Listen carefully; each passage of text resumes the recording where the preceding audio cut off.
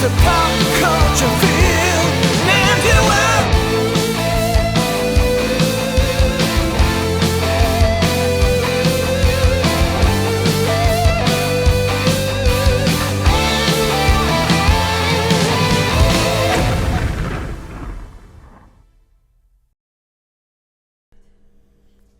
Did you guys talk offline before this? No, it's just that he's because just of the an last time excellent I judge of had to clapping. do it. Now it's what But he now really... you have to do this? Is that what No, you're it's saying? objective. It's just objective. It's just a fact, all right? I don't care. I'm I just... don't care about you. I don't care about him. I don't care about this stupid podcast. Care about Amy. That's the only person I care about. Well, we can all agree on that. Yes. Okay. Get into it. Mister? Get into this Thanksgiving episode. I know. Where you talk I about hate all you. the... I hate you. Welcome to the Thanksgiving episode. I'm so thankful for you guys. So duplicitous. I love it. Just like any Hollywood industry. Exactly. Figure. And we're filming, right? So that was all. Yeah, that was that's good. Okay, Okay. that better be included. That better That be. is Okay. 100% all on there. I hate these stupid viewers. I hate everybody. I hate that lamp over there. You're cool. The rest of you suck. I'm out. Yeah. Ready? Yeah, whatever you guys want to Okay. Oh, okay, all right. I'll After we do the clap, It's on. It's Yeah. on. Alright. It's on like Donkey Kong. All right, start it off. Welcome back, everybody, to another episode of the Pop Culture Field Manual podcast, sitting right at the intersection of weapons, action, the military, and pop culture. Right there. That's where we are. That's all this stuff, Right in the and then middle. that's us. I am one of your hosts, Israel Wright, former Green Beret. With me, as always, Cameron Fath, former Army Ranger, and today we have a very special episode because it has to do with hating everybody and hating anyone. and not appreciating anything in your appreciating life. everything. Lack of gratitude, total entitlement. Yes. It's our Thanksgiving It's our episode. yeah. Happy Thanksgiving to all our viewers out there. Everybody in the U.S. I know you forget that Thanksgiving because we're so America centric that we don't forget that Thanksgiving is not a universal holiday. You say it like it's a bad thing, man. No, America no, first, that's baby. Absolutely, yeah, America. America. It's our Thanksgiving episode. It is our Thanksgiving. And folks, the first thing we want to do is to thank all of you for being here and listening to this podcast. We started this thing just not even a year ago. Not even a year ago. 8 months ago, I guess now. I don't know. I got to look up the picture of us sitting where you have no shoes on, and I'm 7 like, Israel, months. put some Yeah. shoes on. I still have no shoes on, folks. Oh yeah, still We're gonna get banned from YouTube, folks. yeah for these feet. Hit up pcfmpodcast at gmail.com for feet pics. feet pics. Absolutely. No, don't do that. But yeah, we are extremely grateful for all your guys' support, and whether you're driving in your car or not, you are probably driving in your car. Yeah. We appreciate your involvement in this little project that we started, and we couldn't have done it without you. Yes, we could have it would have been nobody would have listened. So. Yeah, we could have done all this work for nothing. We'd be sitting in my living room, for nothing. But hell, man, We are on Buy Me a Coffee. I don't know if you guys have. We've never mentioned this before, actually. no, we have not, So it's called Buy Me a Coffee. because and we're not greedy son of. That's right. We don't do Son we do this for the love, not for the money yet. But it's called Buy Me a Coffee, and basically it's a way that you can support the podcast. And it just we everything goes back into the podcast anyway because we're not doing this for money. But yeah, it's called Buy Me a Coffee. Pop Culture Field Manual's on there. And we had a couple people donate so far, and we want to appreciate and thank them publicly. Bodacious Bob, 23, Matt H, Justin U, Peter Y, Peter, we know you. Peter, OG Peter. Tobro, and then also a very special donation, actually, just separate from that. Yeah, Matt W, thank you so much. He has very graciously donated a PS5 to the PCFM podcast, which we will be doing a raffle for to support a charity called Andy's Fund. It's by the Green Beret Foundation. It basically uses the proceeds to help veteran suicide, as far as helping people that are struggling in the Green Beret community or Green Beret family members that are struggling from PTSD, TBI, chronic pain. And it's a great foundation. The Green Beret Foundation has been around for a while, and they've done a lot of great things for the SOF community and the military community as a whole. So we definitely want to help help those guys with the proceeds from this PS5 raffle. So if you guys are interested in getting in on the action, go ahead and check out our Instagram. There should be all the information on there to let you know how you can participate in this PS5 raffle. Plus, Who doesn't want a PS5? I know, like, well, I mean, it's a precious commodity these It days is. because they've had shortages, and I think they will continue to have. They have part shortages, which is a supply shortage, and so they're kind of a rare item out there. They are. So thank you again, Matt W, for your gracious donation, man. We will try to do our best with it. Yes. But the premise of today's episode is, you guys kind of got the idea. It's Thanksgiving. We want to know what you're grateful for. Send us an email at pcfmpodcast@gmail.com. But we want to let you guys know what we are grateful for in the realm of pop culture. So Izzy and I have both came up with a list of things we are grateful for that have came out of pop culture. That's right. Yes, it's our pop culture field manual Thanksgiving list. You want to go? You want me to go? I can go, man. I Go mean, for it, my man. list is short and sweet. That's all right. But- Mine's pretty short too, but we'll We get can a dive lot. in. We'll lose the thread a lot, and we'll make it. Yeah, we will. Of course, that's standard. But hell, I'll start it off. And, I actually just watched one of his movies last night because I'm a huge fan of this man. I get a lot of shit for this, specifically from my girlfriend, because she thinks he is useless. But thank you. I'm so grateful for Nicolas Cage and all the terribly awesome B films that this man has produced. Yes. Specifically, I watched Con Air last night, and I totally forgot that Nicolas Cage plays a Army Ranger from 2nd Ranger Battalion, whose name is Cameron.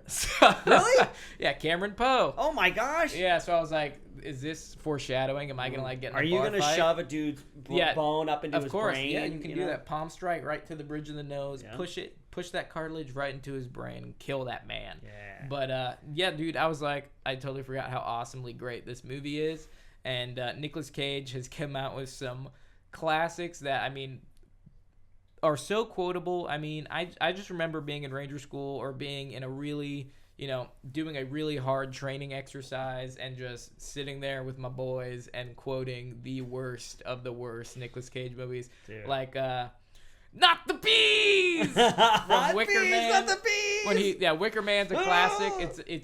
It's supposed to be a thriller, but it ends up being a comedy. It's a horrible seems like remake of an horrible. actually pretty good film. Yeah, I mean, when he just goes downstairs and there's that very burly woman and she's coming at him and he just decks her out of nowhere. I thought that was hilarious. But, I mean, other movies that have National Treasure. Of course, we're going to steal the Declaration of Independence. Yep. I Con Air, I Con told Air. you to put the bunny down. Yeah, I told you to put the bunny down. And it's like he's trying to do this like Alabama Bayou accent, but it just makes him sound like he has Down syndrome. He's terrible accent. And then other movies like what's Did you ever see Mandy? Yes, I saw Mandy. That Dude, I want to take drug-fueled acid and watch trip. Mandy because that movie is an LSD trip. That's a good. I actually did enjoy that movie because I'm a big metal music fan. Yeah, it's a total great. It's an homage to like the heavy metal era, 60s, 70s, 80s. Yeah, absolutely. And then movies like Face Off, which are actually good. I like that Oh movie my a lot. God, Face Off is a Face-Off. classic. So I mean, good. his character is like the drug running psychopathic killer guy that he. But then he becomes the good guy. He becomes he is like the Castor Troy. Hey, I'm Castor Troy. Oh, Castor Troy. He's like that. He has his you know, face that on. look, that Nicolas Cage look. Yeah, the big eyes. Yeah. Dude, put that on a T-shirt. But he's like, do you use protection? No. Protection. He pulls out the switchblade when he's well, for some reason I want to John say Travolta. John Travolta. They switch faces, but Yeah.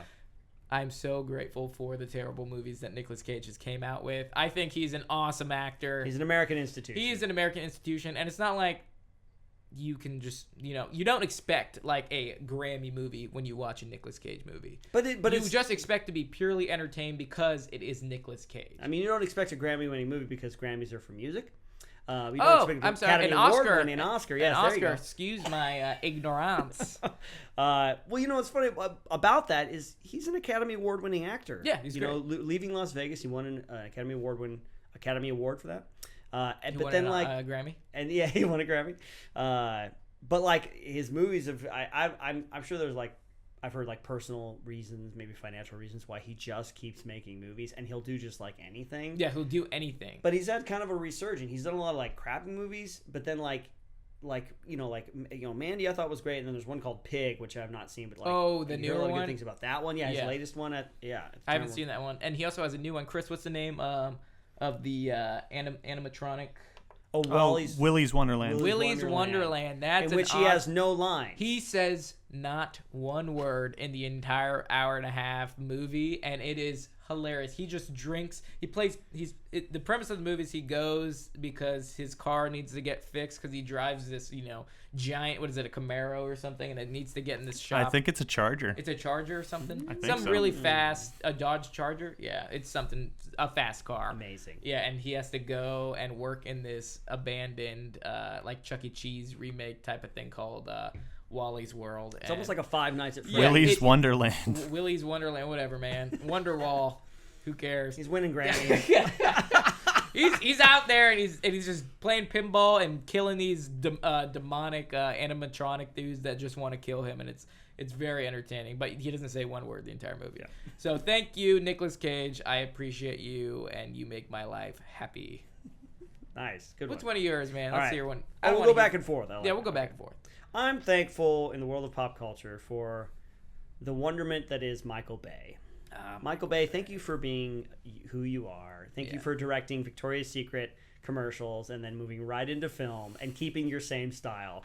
And even like keeping all the beautiful women that you used in your Victoria's Secret model. Yeah, except for Megan Fox with her thumbs. If you want to be scarred for life, Google Megan Fox's thumbs. Oh no! Now I have to. She's got toe thumbs. Toe thumbs. I've never even heard of this. Is that imagine why you never see your hands? And Yeah, never just moves? imagine big toes on your thumbs. Weird. It looks like someone took a ballpoint hammer and like cartoon smacked her hand, and like in the cartoons the thumb goes whoop, like a balloon. It's really too bad that because she's a very beautiful woman, but Yeah. everyone's talking about her thumbs. Yeah, dude, really it's sad. a deal breaker. It Listen- turns a 10 into a listen, 7 Megan, real listen. fast. I still respect you, okay? All right. Call me. We'll hang out. I won't make fun of your thumbs. But Michael Bay. Back to Michael Bay. Whatever you want to say about his movies, and I have not necessarily liked a lot of his movies. I think 13 Hours to me is his greatest film because true story, he does a really good job with it, and it utilizes his skills. What about Transformers? Respect. Man? I have buyer's remorse when Transformers. it comes to Transformers, man. We need more explosions. That's the thing. You make fun of you say all the Call of Duty games were directed by Michael Bay Yeah. because it's just explosions, and he's got like that sweeping like hero shot that he does in all his movies, like the golden hour, like the tracking shot, and they're just like looking out somewhere, Yeah, know. they're covered in like ash. Or Yeah. something. But the thing about Michael Bay that I will always appreciate is he has always portrayed the military in a positive light. Oh, absolutely. He does a great job. He loved very military pro. Yeah, very pro-military, very military friendly. Yeah. And surprisingly, like in the Transformers franchise, like the military side is pretty accurate. Yeah. And it's like, they actually use real, tactics and like I think they do a good job of representing the military in a positive light. And I think that the military is a fan of Michael Bay as well because absolutely. they give they film on bases. They have real military personnel as extras in the background. Maybe you can give them a couple lines. They use the real jargon. They use the real stuff. They'll even with like Transformers 3, Dark of the Moon, like where they infill with those squirrel suits, like the Halo squirrel suit flying around the city and stuff. Like, I think he just saw that, and he's like, that's really cool. I want to put that in my movie. Yeah, how do I put that in my movie? How can we make this work in terms of the story, And actually, I think I've told this before, but I went to a pre-screening, like a pre-release screening of Transformers 3 before it came out, and we watched the movie, and then I remember saying, I feel really good about this, but I remember saying to the guy, they do an interview, like a focus group interview after the movie, and he was asking us all these questions about what we thought of the film. And he's like, if you guys have anything you want to say, we're recording this to Michael Bay. And I said, hey, I just want to say I appreciate that Michael Bay always portrays the military in a positive light, and say, just good on you and stuff. He's like, well, you can tell him yourself because he's here. And Michael Bay was there the entire time, That's sitting awesome. behind us. And he came up and said hi to us and talked for a little bit and stuff. That's It's good that he cut you off there and you don't like, I'm always glad that he portrays the military, but this movie was terrible. He's like, you can tell him in person. Tell him how bad you hated this movie. And he gets his goon squad to come and beat me up. Yeah. But yeah, so whether it's Pearl Harbor, 13 Hours, Transformers, The Rock, Armageddon, he has always portrayed the military in a positive light. So I appreciate that about him. I'm thankful for you, Michael Bay. Thank you. Michael Bay put us in your movie. Yeah, put us in your next movie, Michael Bay. That would be great. You see how generous I was? Like mid-sentence, I changed it to us instead of me. I'm like, Yeah. put me. I mean us. Us, but us. But me, Cameron's here still. Don't forget about him. But cool, That- man. I like that one. Yeah. Michael Bay is definitely he's a staple in the movie, and he gets so much. but his movies are pure entertainment. And him and Nicolas Cage, The Rock. Yeah, I know, right? It's so good. One of the best So movies. good. It's a good one. For my next one, this one's kind of a given. Yeah, it's kind of obvious. It's kind of a given, and I'm sure yours is gonna come up too. Absolutely. And No, Oh, you kept it it? off the list. Oh man, I'm sorry. Then I guess I'm just an asshole here. Because But you guys could- Aliens is just a part of my soul now. It just is. Yes. You know. But I'm going to talk about mine because I will never get tired of talking about it. And I'm thankful for the Lord of the Rings trilogy. And I'm thankful that they decided to bring it back with the new Amazon TV series. Fingers crossed. So much expectation moving forward for this. I'm super excited for it because, I mean, pretty sure the Lord of the Rings trilogy and The Hobbit are all filmed in the Third Age. And the film, I mean, in the new TV series should be in the Second Age, I believe, a little bit back in the Second Age. 1,000, 2,000 years ago or something? And the Second Age, if you read into the lore, is like, there's some cool shit happening. The Second Age is where, like, the army of Balrogs is, and, like, there's a lot of conflict and stuff that's not... So ripe. Yeah, so right. They can take a lot from the Second Age, and there's just me nerding out. But the Lord of the Rings trilogy... The books and The Hobbit, I don't like, I'm not a fan of the Hobbit movies, and I didn't like how they split them into 3. They should have just made one. And the fact that I was such a fan of them using real actors to portray the orcs and the Uruk-hai in the original, and then they went to CGI, and that ruined it for me. But I still watch the Lord of the Rings trilogy every year. The extended versions have to do the entire marathon, 12 hours a time, sit down, don't move, and just pay attention, people. And one of my favorite characters since I was a wee Todd has been Legolas. And I remember for Christmas, my parents bought me my first bow and arrow. And for Christmas, I remember, and basically instead of, you know how parents will like put from Santa to the Christmas gifts that just show up the night, and all the kids are like, Santa! He's real! He's real! Yeah, but my parents bought me a bow and said from Legolas. And and I was like, what? So I actually started shooting competition bow and arrow when I was a kid because of Lord of the Rings. Dude, so, wait, you shot competition bow and arrow? Cameron, you've lived such a full life. I've done a lot of things. I was a professional dancer. I shot competition bow and arrow. I was in the military. I did a lot of different things. Played a lot of sports. Played 6 instruments growing up. What? Yeah, like very weird background. But I'm here now, and now I embody. Here you are. Here I am. So thank you, Legolas. Thank you, Peter Jackson, for making such an awesome trilogy. He really did it justice. Man, I'm very appreciative for now, Lord just of a the Rings. little personal biography side note. Like, how old were you when you saw the first one ever? So I remember when the first one was in theaters. Okay. I did not go watch it because I was too young and I was afraid of the Nazgul. So I remember the first time I actually saw The Fellowship of the Ring is about a year later when it was available on DVD, and I watched it in my dad's music studio on the monitor. I specifically remember, because all I remember is my sister and my dad went to go watch it in theaters, and my sister put in my head that it's so scary and I wouldn't want to see it because the orcs would give me nightmares. Sister. And I remember sitting there and the beginning scene when they're celebrating Bilbo's 111th birthday. There's fireworks, and I'm just expecting these Nazgul terrifying figures to come in. And I was sitting in the corner with one eye still watching it. But yeah, dude, I saw it a year after it came out. And what was it, 2002 or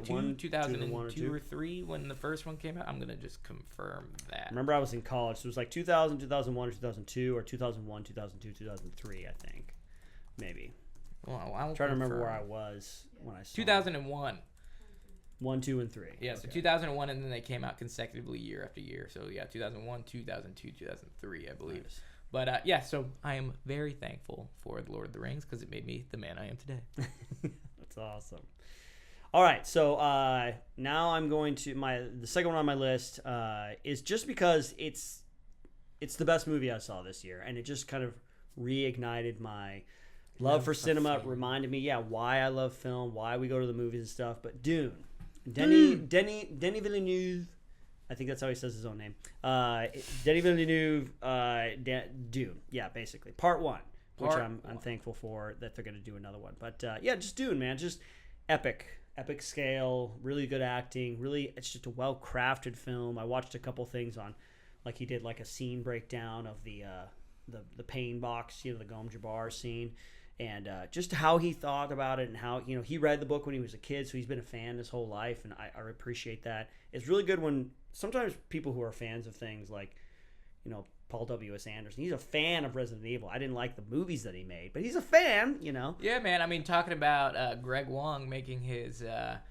fan film of Jurassic Park. Yeah, we just came back from Arizona, and my buddy Greg Wong invited us out there. Shout out to film. Greg Wong. Yeah, shout out to Greg Wong.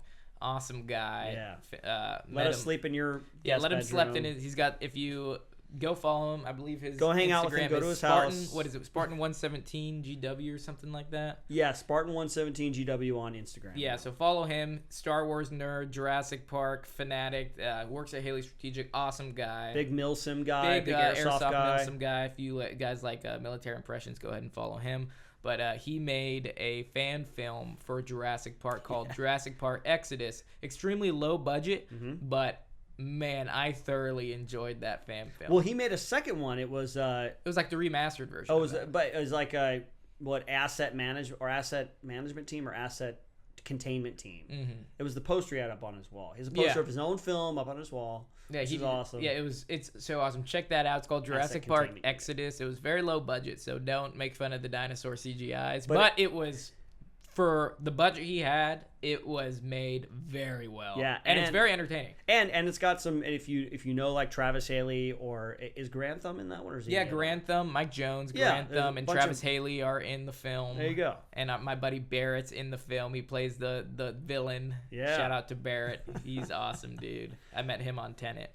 But yeah, speaking of like people that make films because they're fans, that's a good example. Yeah. And you could tell, going back to the movie Dune, you could tell that he made it with love, and it was just it took its time, and it was a full movie, even though it was only like 1/3 of the book, actually. And they'll make the next one, I'm sure, because I think it did pretty well. But it's the kind of movie you got to see. We saw it in IMAX, the big screen, the epic sound system. It's just an epic movie. And man, it's just, I can't stop thinking about it because, like, I mean, there's a lot of okay movies. There's a lot of good movies. This was a great film. So. I still haven't seen it, so don't. Oh, I know you tell me every time. Hurry up, man. Every time I see you, you're like, "Have you seen Dune yet? Have you seen Dune yet?" And I'm like, "No, I almost watched it last night, but on my couch." And I was like, "Well, Israel says I have to watch this in IMAX, so I guess I have to watch it in IMAX." You can come over here. How about this? I got a good sound system. You come over sometime. I got a big 70-inch screen. Okay, perfect. I will watch it here then. Yeah, because I mean, I tried to watch it last night, but I was like, 3 hours. It's such an epic film. It's so hard to see it on small. I know, it's so good. It's on my list of things to do, but you know me, I'm a busy bee. So once I find 3 hours to. Oh, you can finish your sentence. Once I find 3 hours to give away to the Oracle, I will watch Dune. All right, man. Well, moving on to the next thing I am thankful for, and this one has a lot of deep meaning to me, and it's kind of an obscure video game that not a lot of people know. At least I don't know because it's pretty old. But Medal of Honor Frontline. Have you ever played this game? Nope. I've played no Medal of Honor games. Okay, so it was for the PS2. And it was like when I first got my PS2, I was a wee Todd, and I must have been 11, 10 years old, a long time ago. And it's so weird that I'm like 26 and you're like, how old was I? I in my head, I've been like 18 for the past 18 years. Right. Me too. Yeah. I've been 18 for the past 30 years. Yeah, right. But yeah, no, Medal of Honor Frontline was the first military shooter game that I ever owned. And it was portrayed in World War II, so Omaha Beach. Okay, and like I remember the first scene that like it's basically all the premises for the Call of Duty where like you start out coming off the boats and like the Germans are wrecking you and you gotta suppress the bunkers to get up and get the Bangalores. I'm sorry, I was for some reason I want to say bandoliers. The Bangalores and blow the beach and to assault the bunkers there. And I remember that was like my first exposure to like military games and military like kind of jargon and feel and vibes. Cool. And I will actually accredit Medal of Honor Frontline to making me want to go into the military. Wow. So like a lot of people, new gen people are like Call of Duty like exposed me and they, that's what pretty much made me want to join the military. But for me, it was Medal of Honor Frontline just because it was like, and it was funny because my dad was German and when I was like murdering Nazis as like an 11-year-old, he would like be able to understand what they're saying if you walk in the room and go, Jesus Christ, and leave. Yeah. I like how he didn't stop you. He'd be like, He wow. didn't stop me. All right, yeah, have he fun, was just son. like, all right, cool. Have fun, son. But yeah, dude, Medal of Honor Frontline, it has a special place in my heart because I will never forget it just because it was the first military shooter game I ever owned, and I will credit it to me joining the military. So I'm very thankful for that video game. Actually, I haven't played a lot of Medal of Honor video games, just that one. And I know on Gameology we've reacted to like Medal of Honor, 2010, the Yeah. Ranger mission, Yeah, and the that looked Ranger great too. But Medal of Honor Frontline will always have a special place in my heart. Yeah, so I'm thankful for that video game, and I'm also thankful for just moving down the list real quick. Yeah. Do you remember the TV show Deadliest Warrior? I remember. Hold. Helicopter. Play. Helicopter. Yeah, they had a Chinook flying over here the other day. Every once in a while, you ever see them like fly? They like keep in line with the The freeway. Yeah, That's where they're paralleling the 405 the other day. Yeah. I was like, oh, nice. Okay, you ready? Yep, you're good. And moving down my list here of other things I'm thankful for and appreciate. Do you remember that bad show, Deadliest Warrior? I That remember used to this be show. on Spike. It had Yep. 3 seasons, and they would, for those of you who don't know what Deadliest Warrior is, it was a show on Spike that pretty much would take special units from around the world or iconic historical warrior figures from around the world and have them fight each other in a simulated Right. battle on basically they would plug in data from weapons that they used during that time. What they're. Wow. No one wants you to talk about this. No one wants me to talk about the worlds I don't The know first about responders certainly They're don't. like, this is a secret. Don't tell anyone. Good grief. Wow, they're like right there. It is. The station is just around the corner.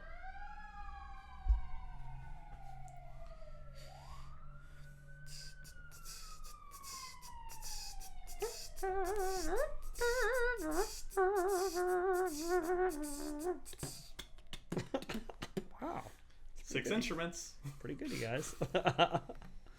We rehearse when you're not around. Yeah. We meet up on our own and rehearse. What, you Yeah. guys? Well, you don't have a mouth instrument, so you don't know how to do. You gotta work on that beatboxer, Blah, dude. blah, blah, blah, Yeah, that's why we blah, didn't invite you. blah. Okay. Okay, here we go. All right, go for it.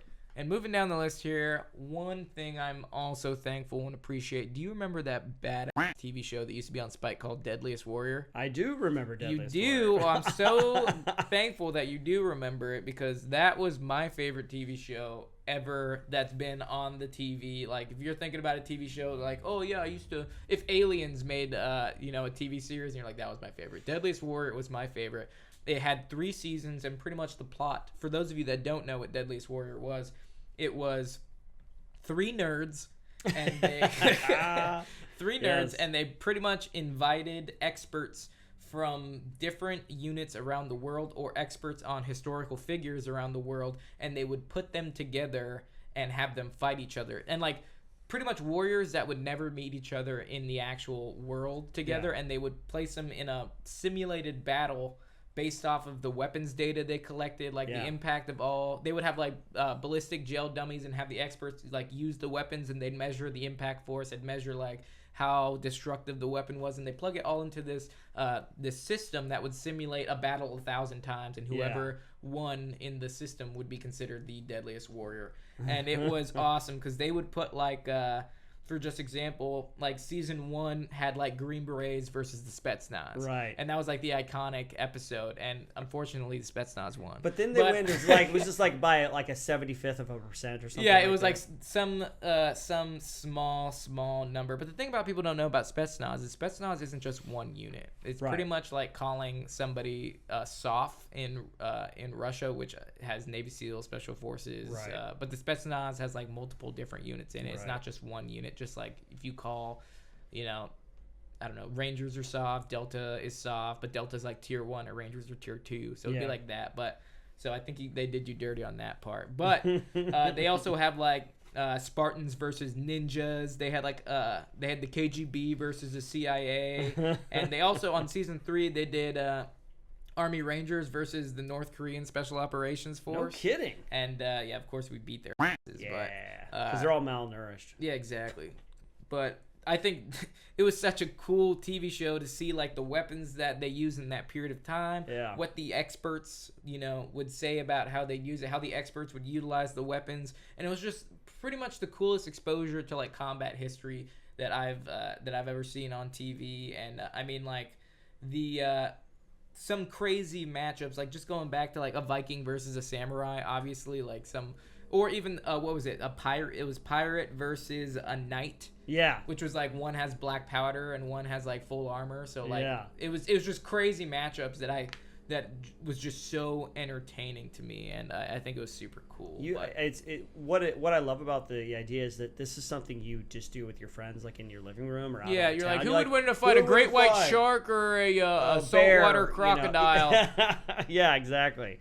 Captain Picard or Captain Kirk? Come on. Yeah, but these guys actually applied like science to it, and they applied actual data, and I think that was the coolest part about it. Because even though, I mean, like, you can't really know who's gonna win in a fight, William Wallace or Shaka Zulu. Like, you don't know because environments and whatnot. But I think it was the closest you can get to actually seeing what these dudes would do in real life. But obviously it wasn't a end all be all because the Spetsnaz beat the Green Berets. So yeah, that's right. We all know it's not accurate at all. Oh yeah, just because of that episode, everybody was real butthurt when they saw that. But yeah, Deadliest Warrior, man, I'm so sad that they only kept it at 3 seasons. Yeah. But it's definitely something I'll go back and watch. And I always quote this shit. Like they called. For example, in the Army Ranger episode, they do like a mid-range weapon, a close quarter weapon, a long-range weapon, and like explosives, and just like weapons in each category. Mm-hmm. For their close quarter weapon, they said the premier weapon of the U.S. Army Rangers is the entrenching tool, and like they What? and they used an E-tool on like a ballistic dummy and fucked it up. But it's The like the entrenching E-tool tool. is not the close like quarter weapons, the premier weapon of the Army Rangers. It was just so wazoo, but I thought it was so entertaining. That was probably all they could get. Maybe yeah, on they're like, short what notice. do we use? They're like, what do we do we use when we have? get up close? Oh, pass me your rucksack. Nobody has a knife entrenching anywhere. tool. Yeah. Yeah, I was like, man, what about pistols, guys? Come Yeah. on. Oh But my I thought God. that was super funny. But just stuff like that came out of the show, which made it silly, but gave it like a serious tone to it. But yeah, Deadliest Warrior, man, real special place in my heart. Very thankful for that series. I wish they had more seasons. Yeah. Well, we'll always be remembered. It will always be remembered. All right. Now it's time to get serious. Super serious. This is the last one on my list, but I'm it's a serious, serious guys. one. Yeah, it's super serial. But I just want to, like, Thanksgiving obviously is a time to be thankful and to remember the blessings that you have and stuff. And so I am thankful for all the opportunities that I have had because of my military experience. I love the time that I was in the military. I was only in for 5 years, and I've been out for a long time, over a decade at this point. But every opportunity in the fields that I have pursued after that has come from my military experience, you know? And also, obviously, we have the podcast, the opportunities with Jelly Smack, Gameology, all that kind of stuff. Meeting you, meeting Chris, all that stuff kind of came out of my military experience. I didn't look at your list before, by the way. Oh, Right? that's This is fine. totally me. I know That's that you. okay. I looked at your list to get my series. Oh, okay, good. No, I'm kidding. But anyway, I'm very thankful for that. I'm thankful, obviously, for all of you that it sounds cheesy, but like when you hear like big time actors or celebrities, they're like, I just want to thank the fans. Without you guys, but seriously, like you guys, the fact that people listen to the show, it helps to perpetuate. Like we make more of them, all the Jelly Smack stuff, my Twitch channel and stuff. It's like because people come and hang out, that creates kind of like that success and that that momentum and stuff like that. It really does make a big difference, man. Otherwise, it'd just be like, I'd just be a dude. We'd just be some dude sitting alone in a room, Yeah, it'd be weird. blowing our ships, Well, for me, I'm thankful for me for getting through Ranger selection. I'm thankful for me for being so funny. I'm thankful for me for being so hardworking. I'm thankful for me for being so humble. I'm thankful for me for just being me, man. Hey, God bless. Thank God. God God bless. I want to thank God. Yeah. I didn't realize we had Ricky Henderson on the podcast. Yeah, did you see that Snoop Dogg video? He's like, that's exactly his speech. He's like, thankful for me for being so hardworking and never giving up on myself. I'm thankful for me for being just a badass motherfucker. But no, on a serious note, man, I am also very thankful for the military community that I've met so far. Everybody that I've met, good or bad, has made an impact on my life, whether it's putting me or pushing me in a different direction or pushing me on the direction I'm supposed to be on. For example, my military network got me here. Like my first team leader, Billy Trotta, he sent me a casting call for Tenet, where I met, a bunch of cool veterans on Tenet, which pushed me to VME, which was Veterans of Media Entertainment. It's an awesome organization that connects veterans to screenwriters, producers, and any type of work in Hollywood, which then connected me to Gameology, which Gameology connected me to you, and you connected me to Chris, and now we're doing everything. So I'm very thankful for the military community, and I think the people that listen are super cool because they think I'm cool enough to hear what I actually have to say. So, so thank you to the viewers. It's like a roundabout way of thanking yourself again. I like Yeah, that, and thank you to the viewers for thinking I'm cool. That's awesome, man. Yeah, man, it's good. Thankful to be here. Much to be thankful for. Much to be thankful Even though we're busy out of our minds. You more so than me, though. Hey, man, it's all part of life. You'll get through it. Absolutely. All right, folks. Well, that's all the time we have for the main, the thankful part. Now we're getting to the hard part, I guess. The hard part? Maybe the game part? The erect part? We're Yeah, gonna let's watch play the- the game, Let's man. play the game. You got to play the game. So I have a game for you this time. And, it's a classic game, coming back to our roots here, and the game is 5 clues. Oh, gosh. So here we go. I'm Let me excited read you- and afraid. Let me read you the description. So, the classic. I'm going to give you 5 rounds of clues to see if you can name the game, movie, or TV show, or franchise, like think Indiana Jones I'm describing. You only get 1 guess per round. The sooner you do it, the more respect I will give you.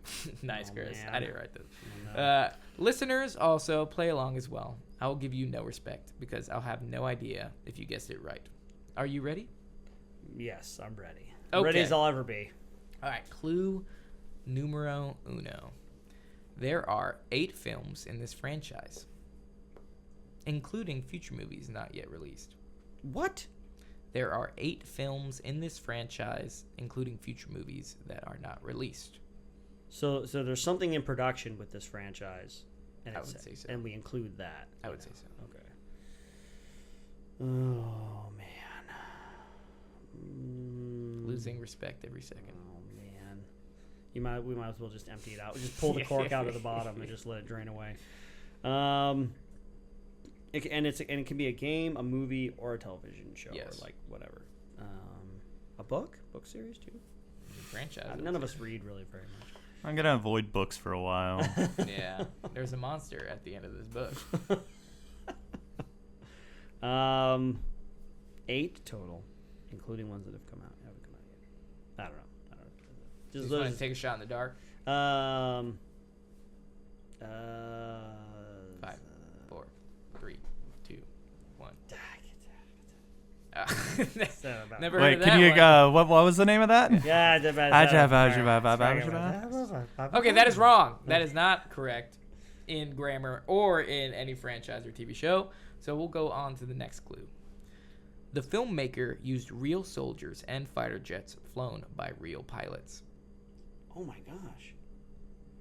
The filmmaker used real soldiers and fighter jets flown by real pilots. So it's a film series, obviously. The filmmaker.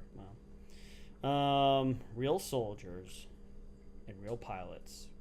Real jets flown by real pilots. Is it the Transformers franchise? Yeah! Oh, is it all right? Nice. Okay, cool. I was Michael like, Bay. you don't get this because you were literally just so appreciative of Michael Bay for portraying the military in such It's why I selected it, but then while he's sitting there talking about it, he said that clue, and I was like, Yeah, I hope I move that clue down. Yeah, no. I was like, and the other clues, for those of you that are wondering, is the 1986 version of the film was Orson Welles' last role. Clue number 4. for sure. I don't even know who Orson Welles was. The story centers around something that is more than meets the eye. It's robots in disguise. Yeah, if you didn't get that, get my clue 4. Oh my And gosh. clue number 5, Stan Bush sang the theme song in the animated version in the 80s. Oh my gosh. Yeah, if you didn't get it from there. And those of you that don't know, Stan Bush sings our intro song. That's right. Yeah. We'll have to get him on here sometime. Yeah, we will have to get him on here. Very interesting man. Family friend. But dude, yeah, you got that clue too. Okay. Good for you. Oh my! And now I had to have gotten it then because all the other clues were super easy. Oh yeah. The story that's centered around something that is more than meets the eye. It's robots in disguise. Oh my gosh. I don't know if clue 3 about Orson Welles is easy. That's No, I don't very even know who esoteric. Orson Welles was a big-time actor, producer, writer, director guy. He was in what is considered to be one of the best films of all time, Citizen Kane. Oh, does he play? He's played Citizen Kane, yeah. Okay, Rosebud, yeah. Oh, okay, Rosebud. He's the guy. Yeah. He got real hefty towards the end of his life, and he did like commercials, I guess. Pinky and the Brain. Do you know the animated series Pinky Yeah. and the Brain? The brain he's is the like brain. modeled after him. He's It's- supposed Oh, to sound really? like What are we him. going? Yes. Yeah. Try to take over the world. That voice, that's Yeah. Orson Welles stuff. Okay, I've seen Citizen Kane. So I watched it in a film class. There Of you go. course, you have to watch it. Yeah, Rosebud. It's his childhood. That he Oh, never- sorry for insulting you then by just assuming you knew nothing about it and bringing up Animaniacs. Oh and no, Pinky and the Brain. I took a film class in collage. Okay, I know. I've seen Citizen Kane. Yes, I am educated. Thank you, Chris. All right. Thank good. you for believing in me. Nice. Well, I'm thankful for you guys. Oh yeah, Yeah. Chris. What are you thankful for? Well, originally on the outline I put that I was thankful for Steven Seagal movies, but that's a course. lie. That's a lie. I'm thankful for Jean-Claude Van Damme movies. Oh yes.